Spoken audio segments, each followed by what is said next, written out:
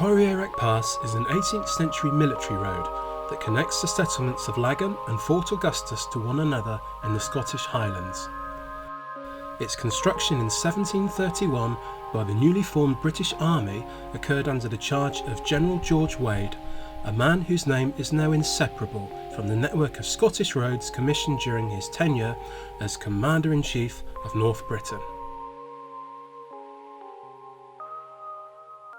The Jacobite Rebellion of 1715 greatly troubled the British government, who responded to the volatile and unpredictable situation in the Highlands with a programme of garrison construction.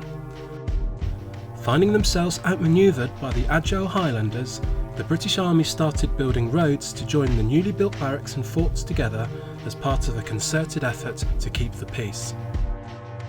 Roughly 23 kilometres of the Corrieyairack's 40-kilometre length remains an unpaved, rough track, making the route particularly accessible to non-pedestrian users, though width restrictions at either end deny use by car or carriage.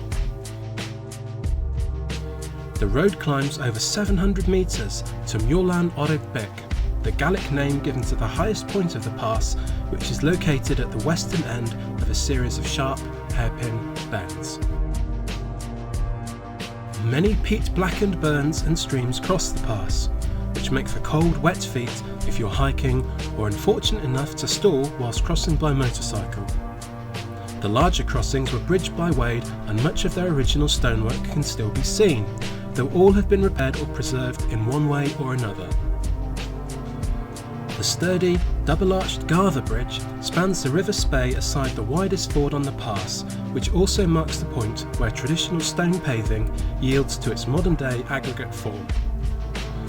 Wade had initially named the bridge after England's patron saint, which, given the anti-English sentiment of the time, was a decision doomed to failure from the day it was made. The wet, slippery wooden sleepers that pave these bridges constitute as much of a hazard to the traveller as the innumerable submerged, football-sized granulite boulders that have slowly worked their way down from the Spey's many sources. The pass today can perhaps be more accurately described as an impasse, with its status as a road never formally vindicated by due process. The touring motorcyclist must instead satisfy him or herself that the purpose and historical use of the pass satisfy the requirements for a road as defined in Scots law. Scotways, the Scottish Rights of Way and Access Society, inform the inquisitive motorist that there are very few rights of way for motorised vehicles in Scotland, whilst the Highland Council state that the pass is not maintained as a road and is not suitable for use as one.